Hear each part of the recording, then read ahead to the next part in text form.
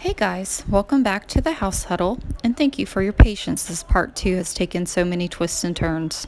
It takes time to ensure the quality of information and video is up to my standard, so I hope this makes it worth the wait. I do want to remind you to please keep comments respectful. We have families, victims, and survivors within these channels, and while you don't have to agree with everything that may or may not be shared, it is expected on this channel that you remain respectful to everyone here. If you're going to make a controversial statement, all I ask is that you back it up with facts, or at least state, in quotes, in my opinion. You will hear some narration from a live panel I did with both C.D.T and ATS News, formerly known as Amber Truth Seeker, several months back. I respect these ladies, their class, and while we may not agree on every theory, we have a wonderful community of respectful subscribers. If you would like the full discussion we shared, I have the actual video on C.D.T's channel linked in the description below. We will jump into some of the controversies surrounding those close to the case, beginning with Detective Baumhofer. Let's get started. We really didn't go down this part. We didn't really look into this. And I think that's what Tammy and Detective Baumhofer have said. He even, correct me if I'm wrong, but didn't Baumhofer even say in that ID interview that he was sitting in his office and he heard them walking down the hall to go arrest Chris, and he was trying to get up from his desk and be like, no, like, stop. Like, that was put out there somewhere. Yeah. Remember, Kelly? To get him to confess, and he was like, no, like, stop. Like, he was trying to get him to there was stop. A narrative. Yeah, you're right. There was a narrative that when it was about Tammy. About Tammy blaming Shanann, like going the route. And Dave said he wishes he could have stopped that. And it's like, what the heck? To me, that is just unbelievable, because you have a law enforcement detective admitting that the way that something was being handled, he didn't agree with. And what do you know? It's something in the case that has just been a stain. Like, that confession and blaming Shanann is a stain on this case. A stain on this case. I couldn't agree more with ATS News. I wanted to highlight this portion of our live to lead us into the discussion of the coroner change-up and the quote-unquote, where are they now, as we look at those present at the autopsies of Shanann, Bella, Cece, and Nico. Please note, I took a moment to acknowledge this is part of the video where we will be discussing sensitive topics such as identification and grief. Viewer discretion is advised. Please fast forward to the next topic in the video if you find this triggering you. Though it is difficult, it may help better understand someone's level of grief on a deeper level rather than just superficially. One question I have had since Shanann and the girls were found was who in the family identified them. Respectfully, I believe we will add in, quote-unquote, what we would have done. However, I think it's mere curiosity, and again, frankly, none of our business. Yet the question is there. Why weren't her parents on the first plane out to Colorado? I've heard in Frankie Jr.'s interview he would have been out there sooner if he could. This opens questions for other reasons we won't go into with this video. Shanann's mother stated on an early Dr. Phil episode the following. So hard talking to God, and I said, I could just end my life now and go find my daughter. I had fallen asleep. The next morning, I get a phone call, and they found Shannon's body. I said, do you want me to identify her on the phone? And he said, yeah, you could do that.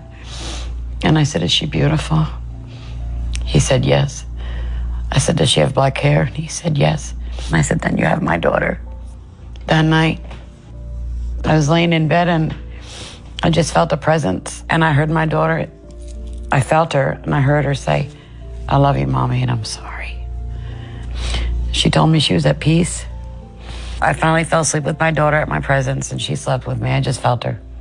The following day, I get a phone call, and they said, Sandy, we found your granddaughter, but we're not sure which one. And I said, Bella's a little taller. She's pretty slimmer. She don't get a little belly. And if you pull her hair up a little bit, because I do their hair, and it would be so long, and then I realized all the oil, they would never know. So they said, who's the one that wears a pull-up? And I said, that would be Cece. they said, well, then we have CC. And I said, well, keep going. I said, find my Bella. And 2 hours later, they did. It was hard for them to even tell us. You know, you could hear it in their voices. I couldn't imagine trying to be in their shoes, trying to tell the parents what they just found. As a nurse and a mother, I would have had to see for myself, no matter how horrendous it would have been, before I could have ever even began to accept it. This is one of the parts that has held up this video because it truly breaks my heart. As a mother, I cannot fathom the phone call that abruptly shatters 34 years of identity, labor, love, sacrifice, dedication, and devotion as a mother and grandmother. They say before you die, your life flashes before your eyes. I'll tell you from personal experience at my own mother's bedside, watching her take her last breath and realizing she would never speak to me or my kids again. What was seconds felt like an eternity, as every future moment she would miss flooded my mind with every memory from my past that was with my mother right in front of me. I could feel her. I could touch her. I knew she was gone, and I had no choice but to accept it. 8 years later, and some days it still feels like she's just in the county over, until I realize I can't pick up the phone and call her anymore. Then the wave of grief hits. I feel like I'm drowning in that moment. Nothing else exists, and I can't breathe. I cannot imagine the pain and the anguish Ms. Rusek felt that day. I can't fathom the denial and grief they continue to feel and deal with not being able to see Shanann, the girls, and baby Nico to say their goodbyes. The cycle of grief has got to be like a hamster wheel of hell. Maybe it's best they cling to the memories of that summer, the laughs and the memories now frozen in time. That being said, I felt it was important to educate myself as well as this platform on the technicality of identifying a deceased individual in Weld County, Colorado, per the Weld County government page. As found on the frequently asked questions of the Weld County website, it says, do I need to come to the coroner's office to identify my loved one? The answer is no. Identification of loved ones is either performed at the scene or by scientific methods such as fingerprints. Loved ones are not expected to come to the coroner's office to perform an identification. So this is different from some other cases where positive identifications must occur in person. Who and how did they accurately identify Shanann, Bella, and C.C. Watts? I may have missed this in discovery, so if you have the page number, please drop it in the comments below. Did anyone on either side of the family lay eyes on the victims? My heart goes out to them because I don't know that I would be able to grasp the concept of loss without seeing for myself. We're all different in how we would handle this, and I think that should be mentioned frequently. Everyone grieves differently. I found it interesting to note that on the website it mentions a discounted bereavement fare for airlines for those family members. It describes the process that is required to obtain the discount. It's my hope this was offered to the families and the delays weren't due to airfare expenses. Again, none of these questions are to criticize families in any way. Neither family owes anyone anything. As someone who has counseled many patients' family members at the bedside, I simply cannot imagine the feeling of zero closure by not being able to connect the death with the physical persons. It reminds me of the Natalie Holloway case, where she left as this vibrant high school graduate and just never returned home from her senior trip in Aruba. If that doesn't make you stop and think before you start adding comments, then please just understand that they will be deleted. That being said, the website goes on to explain the question, how can I obtain an autopsy report? Autopsy reports are matters of public record in Colorado. Autopsy reports typically contain the manner and cause of death and any relevant toxicology findings. Rarely, autopsy reports are sealed by court order during ongoing investigations. To obtain a copy of the autopsy report, click on the link and provide the requested information. If the autopsy report can be sent electronically, there is no charge. Autopsy reports are typically unavailable. until 6 to 8 weeks after the autopsy is performed. I did find this little nugget of information interesting, where it states autopsy reports are sealed by court order during ongoing investigations. Now, as we recall, in the interview back in February of 2019, the detectives are sure to tell Chris that his case is closed, but they need details. According to Radar Online's senior reporter Alexis Terusek, she states, "I think that they very much know what they are doing in this case, and I think the prosecutor and the coroner always know what they are doing. But what it seems from the files that have been made in the court, it seems like the prosecution wants to keep this information from the public because they are worried about potential jury pool being tainted." She goes on to say that she feels like they are doing everything in their power to keep it as secret as possible, and they have tried to keep everything from Christopher. His team has said that they have not received any documents at all from the prosecution. What they essentially are trying to say is that they are trying to protect their case. Terusek goes on to say that this is the law that we have open records here in the United States. Ashley Banfield agrees and says, "We do." So the question we ask is, why continue to keep these records sealed? Because in my opinion, this has only caused her family much more grief and agony because this case has been so public. There was pressure from Anadarko, Kessinger's father, and of course the election year. Don't believe me? Just do a little research and watch the interrogation videos in full. I will say hard work should be recognized. However, it is their job to protect and serve the public who elect them. Let's listen to a clip from the live with the ladies, and you tell me what you think about this potential conflict of interest. Like the Peterson case, and it's going to be the same recipe. But I don't even think it was the Peterson case. I sent Kelly a picture, and I've kind of been looking into another angle with the DA, but without going in and exposing his wife. I mean, it's public record and whatever, and she's very open about it on social media herself. But I mean, she was a victim of a sexual assault via strangulation. The suspect looks like Chris Watts with an extra 50, 60 pounds. Wow. I mean, like that, her case mirrored the narrative of this case so much that, when we're talking about conflict of interest and things like that, whether it was, maybe he should have stepped aside and said, "Hey, this is hitting, this is really hitting." I mean, I'm talking down to the freaking glasses that Chris Watts had on his face. Like, this is too close to home. Like, I need to. Yeah. Let my I'm married to it. Right. Just like they do for jury duty. Because I was chosen for jury duty.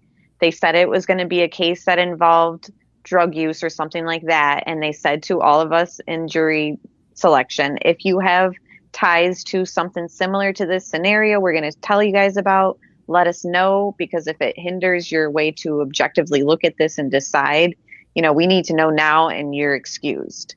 And there were people who, told the judge at that moment, like, I have a so-and-so and drugs issues is too close to home for me. I'm going to look at this guy as a scumbag because I knew somebody that OD, blah, blah, blah, blah, and they were excused.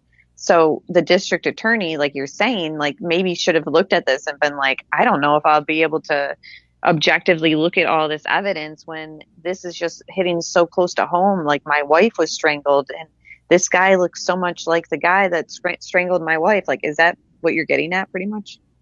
Yeah. Like, he should have stepped or it pretty much was too close. Yeah. Mm-hmm. Well, and that's the struggle, even in medicine. And that's why they teach you that you have to emotionally detach yourself from your patient, because, nurses and doctors and aides, like, it's not easy pumping someone's chest when you're trying to save them. It's not, it's not what you see on TV. Grey's Anatomy is not the reality. And so it goes hand in hand with law enforcement. The DA's job is not an easy job. So I'm not, again, we're human. have grace. It's not an easy job. But at the same time, you're looking at, you know, 2 children, a woman and an unborn baby that have been, you know, just taken out of this world. And if you cannot objectively, you know, deal with this case, then you got to you've got to know when to back off. You've got to know And when to step back. he already had the district, the assistant district attorney kind of helping him out at press conferences and stuff like that. So it seemed as though like he had free time and all that. Mm-hmm. You know, wouldn't that have been something that maybe the assistant district attorney could have taken and been like, Yeah. give me a chance with this. I'm capable of doing this and you can step aside. But, you know, I don't think that the district attorney in the Watts case is somebody that has sort of integrity and morals that you would want. Just based on the way that he handled this case, based on Weld County's Facebook page, there were people on there. I mean, I had like screenshots and I was going to do a video, but I never did. But he gets a lot of complaints, and there are people who are not happy with the way that he handled their loved one's case or this and that. He had gotten death threats recently, I think in 2019 or something. Mm-hmm. You know, so he's got questionable characteristics, I feel. And that's just another problem. And how far down does that trickle with that state? Is it trickling down to law enforcement? Right. Right. And I think it comes through when you're listening to it was Coonrod that came first, right? That very first officer. Yeah. Like when he's looking through the windows and he's knocking on the door, and as he starts going window after window and realizing like, oh crap, like you even hear him say it, you know, he's like, you can hear the intensity in his voice, like when he's starting to realize like, this is not good. This is not good. And do I believe there were fantastic law enforcement officers that worked this case? I do. Mm-hmm. Do I think that even the DA and Tammy, when they initially started, do I think that they had the right intention or, you know, the right? Yeah, I believe that they just wanted justice. But I think that unfortunately with law enforcement, as well as even with nursing and medicine in general, you have statistics and you have numbers and you have charts and stuff and case studies, but you also have to remember these are human beings. These are people. So you have a collective statistic, but you still have to understand like a human is still like a wild card. I mean, you have predictive behaviors, but you can't just go into a case and be like, oh, she was pregnant, she's missing, or, you know, the husband did it. Like, I understand process of elimination starts with the husband, but if your sole focus is to prove that the husband did it, you're blind to everything else that's on the outskirts of it. Mm-hmm. And it did not take much to dig to say something's not right with this. Like, oh my gosh, yeah. Do I think you're involved? Yeah, I believe you're involved. You know, you're a douche, but like something else isn't adding up with this. And if they had just been honest about it from the get-go, like they just wanted to close this case so quick.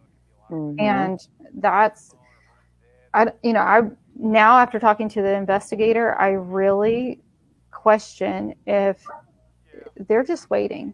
They're waiting on a slip up. And even the investigator said himself, he said, she'll do it again. Mm-hmm. And that's my fear. That's the reason I stay in this case. That's the reason I dig through the videos and I dig through the discovery and I look at this and I'll take a break and I'll come back. And it's because she could be your neighbor. Probably one of the most daunting parts of this case is all of the evidence that does not appear to have been properly processed. Personally, I'd like to know whose DNA was found in all of the blue nitrile gloves found on the refrigerator, under the master bedroom bed, in the corner, etc. Chris claims Shanann used condoms to not quote-unquote get messy, but did she use these gloves regularly? If she doesn't like to be messy, I can't see her just tossing one on top of the refrigerator or under the bed. She appears to be a rather cautious mother, so I couldn't see her allowing the kids to play with them. And if in fact the gloves were Shanann's, then where is the rest of the box? Is it kept down in the basement? Why were these not ever swabbed and collected for evidence? They aren't even logged in the discovery. The gloves are seen present upon the initial search of the home when Chris arrives from work. What are your thoughts about the blue gloves? Originally, I was going to cover a little bit of Where Are They Now for Tammy Lee and Coder and a few others that were involved. However, given the amount of documentaries that have recently come out, I think it's pretty simple and easy enough to just go and watch them if you're interested in learning more about that angle. If you believe the original narrative without question, then you believe everyone died at home, which we now know the DA had to go back to her family and change the story. Tammy Lee handed Shanann back to Chris Watts one more time. This bait should have never, in my opinion, been used.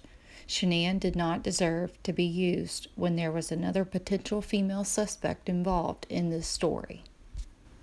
A woman who had a motive, who had means, and who had the opportunity to carry out such a horrendous and senseless crime. Let me start by saying that from what I have seen and heard from Shanann's family via interviews, etc., there is a level of indifference as to Kessinger's involvement. This video is merely my personal opinion at this moment in time, based on research, discovery, and my own analysis. The question that I ponder is if the DA lied about knowing that everyone died in the house, then later learned via YouTube of all places that this was in fact not true, then what else in this largely redacted discovery has Shanann's family not been told?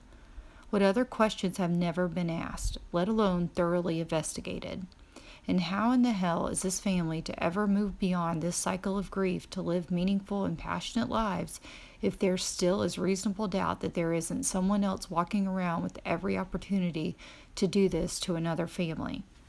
Kessinger said in her text to her friend Charlotte that men her age always seem to have kids, and based off of her employee text shortly after the murders, coworkers were already talking about her and how she was always messing with married men. So is this merely hearsay?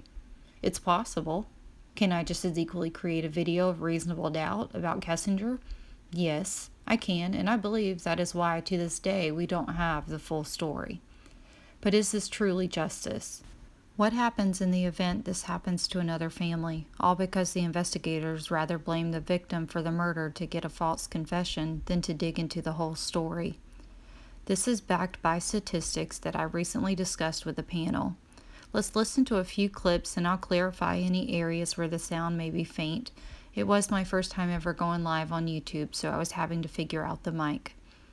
The opening few minutes was just us saying hello and greeting chat. If you were there, then welcome back. If not, I explained how I spoke with a very well-respected private investigator here locally who worked a 23-year-old cold case, among others, where he had been gathering information behind the scenes for years that ultimately led to a arrest and the murderer turning on the conspirator, which in this case was the widowed wife. This was a great panel discussion, and I cover this particular case more in detail later because it parallels this one so much. For the sake of this video, I only took out clips of research that I presented in the live and wanted to share the articles that backed up this idea. Talked about a lot. Having a background in public health, I pay attention to statistics, and if I'm curious, I'll read a couple peer review journals and see see if I can find any other supportive evidence. And so this PI had helped me with a narcissistic abuser and a stalker that I dated. It was a very short-term relationship, very volatile, very, I had never had anxiety until that relationship. And so it was just always walking on eggshells. I mean, it was bad. Went to break free from it and everything escalated. I found myself at the hands of him with him around my neck at one point, and So there's a lot to this case that I thankfully survived, and it wasn't fatal for me, but there's a lot of the same warning signs and no one seems to be looking at them. And so talking to the investigator, he said to me, he said, well, remember when I told you, you have to cut all contact, no texting, no phone calls, no, social media, like everything got blocked. And I said, yeah. And he goes, and what happened when you cut all that off? I was like, he showed up. And he made contact with my kids outside. And like they were taking out the trash, and he showed up unannounced, took the trash from my kids and handed them a letter. And so what I'm about to share, the reason I even went down this and looked into this more was because I've been there. I know what it's like when everyone talks about Chris being a narcissist. I don't really believe he was a narcissist. I do believe someone else in this case was, and I don't mean Shanann. And anytime you cut off a narcissist like cold turkey, or you're trying to get away from them, they will hook and grab and claw, and they will come at you with everything that they have. And when you finally break free from them, don't be surprised when they show up knocking on your door, or, in my opinion, inside your house. Right. Or searching your address or your father's name on Facebook, or your significant other, or whatever the circumstance, family members, right. Which is what we've seen days before they were missing by the mistress in the Watts case. Right. Tell me, like, if it does not scream the said person. And then at the end of explaining or reading through this, I'll eventually give you guys one of my working theories as to what happened that morning. So part of the review journal says, typically the perpetrators were Caucasian, heterosexual, single women with a mean age of 35. Often these women did not have children. They appeared to be educated, with a large majority having graduated from high school and a solid minority having achieved a college or graduate degree. Their intelligence may have allowed them to be more successful in pursuing their victims. That paragraph in and of itself would explain how, in my opinion, she looked in, she saw Shanann doing her Thrive videos. Shanann's posts were public. It's Facebook. You guys know how the algorithms are with Facebook. Like, sometimes you'll just get a random video that pops up. Maybe that's how it happened. Maybe it was happenstance. Who knows? If we're sticking with the theory that she only dated Chris for 6 weeks, or even if it's a little bit longer than 6 weeks, but not like 2 years, she gets that window. She sees this family. She sees this husband. Oh goodness, they live in Colorado. I live in, she lives in Colorado. Now her, it's like a direct profile of her. Yeah, like her degree and her specialty allowed her to pursue a position where he was going to work. And Shanann was very open with where he was going to work and his promotions and things like that. And just like people think Ted Bundy was a genius and he had a high IQ, I always have said that NK, I feel, has an above average IQ level. Mm-hmm. Right. And for someone that's narcissistic, that manipulation factor, man, it's just untouchable. I agree. Now this next one is called the Intimacy Seeking Stalker.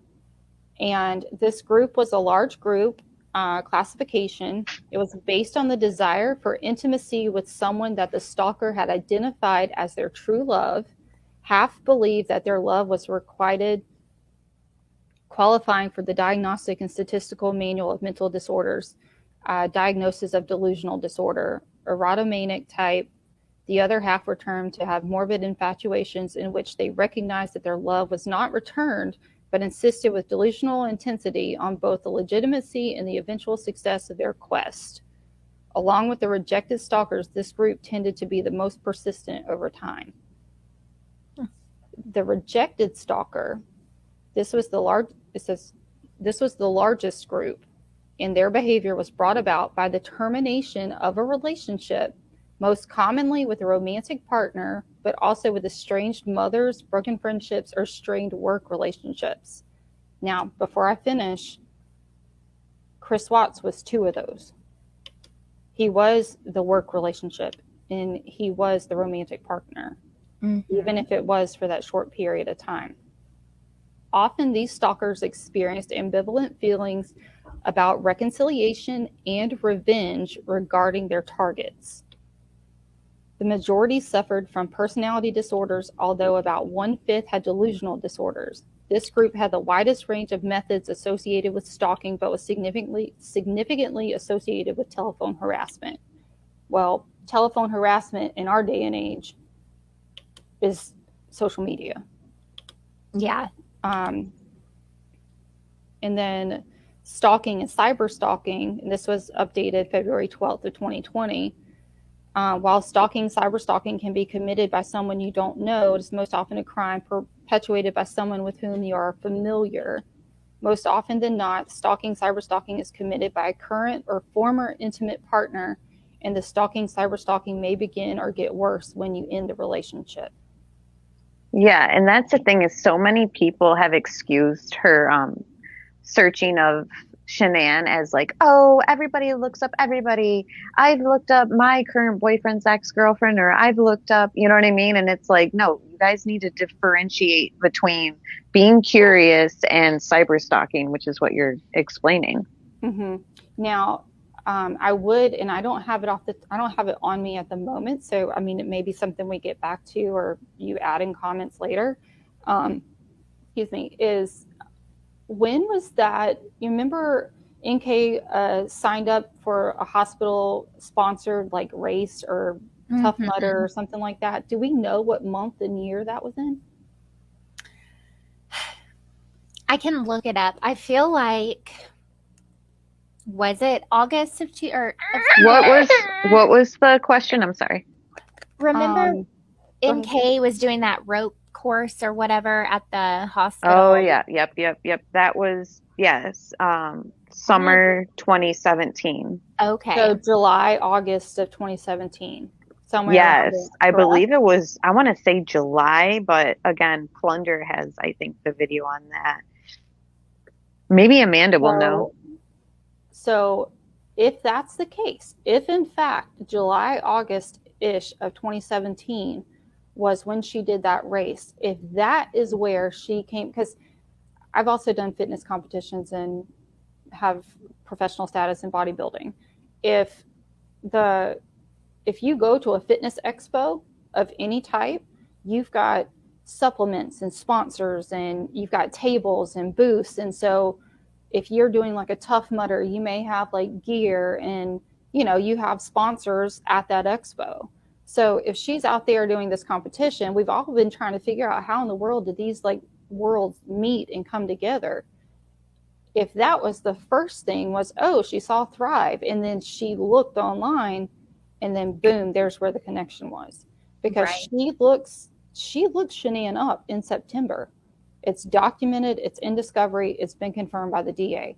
September of 2017, she looked Shanann up. And then it was like, what, a month later or a couple of days later, she looked up Chris? Yeah, I think she looked It's up, the opposite. She looked up Chris first, which is why I see like the idea that possibly it was the Thrive connection, but the thing is, she looked up Chris first in August 2017, and then Shanann in September 2017. And then I would like, and it's just something I'll probably work on myself as well, but, and I know I think everybody's kind of touched on this time frame. I'd like to crunch that July to September time frame down into like, where was Shanann working? What was she doing? Where was Chris working at that time? Did he, I can't remember specifically when he started Anadarko, and then crunch that little time period down, because that, in my opinion, is where the obsession started. If we think about these September and August of 2017 dates, and then we think back to the Mean Faces video that we saw in part 1, that would line up almost perfectly. Kessinger meets or looks up or notices Chris in August of 2017. By September, she finds out that he has a wife, looks her up, and then by November of 2017, Shanann's getting the Mean Faces on her videos. Is this a coincidence? What are your thoughts? Chris has also mentioned that Nicole had a thing about first. And if we're looking at this timeline, August would be coming up on their 1-year anniversary. So whether you believe it was a year or longer, or just merely the 6 weeks that she claims, I think it's fair to say that she wasn't going to take too lightly to him preparing to walk away from her. This, in my opinion, is backed by facts and evidence, and we will look closer at this once we start the video on the affair timeline. What do you think about this study on women stalkers? How do you think social media has impacted this type of crime and law enforcement's ability to prosecute it successfully? We all know MLMs and social media platforms can open a window of vulnerability. Staying vigilant is vital. As I mentioned earlier, with my own previous personal relationship, with the assistance from a veteran PI, I was able to shut down contact and get away. Make no mistake, he showed up. Now think about that last week leading up to the murders. Shanann and Chris had been having a tug of war with emotions and figuring out their marriage. Chris says he wished he had gone to the game instead of that dinner with Kessinger. Then we have that 111-minute phone call that miraculously neither of them remember anything about. Was this the moment Chris was pulling away from Kessinger one last time? Remember, he had a cabin booked with Shanann the upcoming weekend. They were having a boy. Is it possible that during that 111-minute phone call, Chris tried ending it and told her about Shanann's flight being late? Did Kessinger feel the abandonment? And most importantly, per the discovery, we know she showed up.